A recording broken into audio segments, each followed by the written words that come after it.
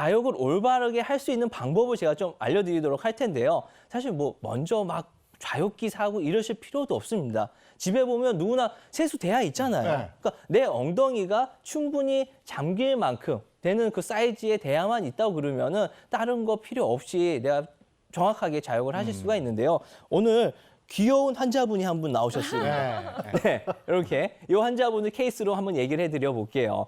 여기에 보면 이제 좌욕기가 나와 있는데요. 이 정도, 그러니까 엉덩이가 충분히 잠길 정도의 이제 대야나 좌욕기를 이용해서 엉덩이만 다 들어가면 됩니다. 그러니까 내 복부까지 차면 되니까 사실 집에 욕조가 있다고 그러면 번거롭더라도 좀 반신욕을 아예 해주시면 예. 네, 그러네. 더 도움이 되실 수가 있겠고요. 네. 제가 아까 이제 무식하다고 얘기를 했는데요. 좌욕하라고 그러면요. 한 번 앉아가지고 거기서 또 한 30분 정도 있는 사람들이 있습니다. 네. 반식욕처럼 그냥 엉덩이만 담가놓고 있는 케이스가 있는데 이렇게 되면 전혀 도움이 되지 않는데 그 이유가 첫 번째로는 통증은 좀 완화가 되겠지만 결국엔 조직이 좀 늘어나가지고요. 늘어진 형태의 치액을 안고 살게 될 가능성이 높아집니다. 그리고 물의 온도도 중요하겠는데요.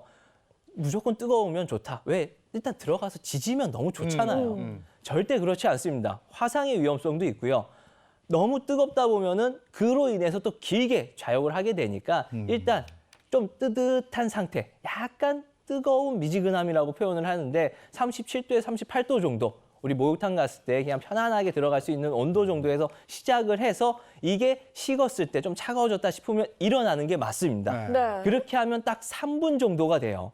그리고 좌욕을 갖다가 하루에 한 10번 그냥 수시로 하게 되는 사람들도 있습니다. 이렇게 되면 오히려 엉덩이 쪽에 있는 피부막에 손상이 가게 되면서 항문 소양증, 항문 가려움증이 생길 수도 있으니까 하루에 딱 대변 보고 나서 한 번 아플 때 아니 너무 아프다 싶으면은 대변 보고 나서 한 번, 저녁에 주무시기 전에 한 번 이렇게 한 2번 정도가 가장 적당한 이제 좌욕 타임이 되겠습니다. 네. 네. 그럼 그냥 좌욕만 해요? 뭐 혹은 뭐 좋은 마사지가 있다거나 뭐 지압점 이런 게 있을 수도 있잖아요. 샤워기 가지고 뭐 이렇게 하면 되잖아요. 샤워? 아, 또 샤워기 얘기 나왔는데요. 우선 장혜인 아나운서님 말씀해 주신 것처럼 좌욕을 하면서 사실 제일 좋은 건 케겔 운동을 하는 겁니다. 그냥 앉아있지만 마시고 조금 이렇게 쪼여주는 게 너무 좋은데요. 샤워기, 이거 저 할 얘기 되게 많습니다.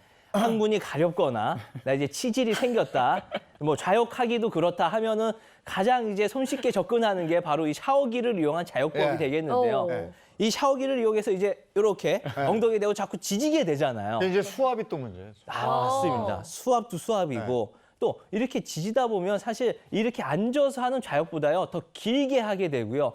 이 수압으로 인해서 생기는 상처 또한 무시할 수가 없습니다.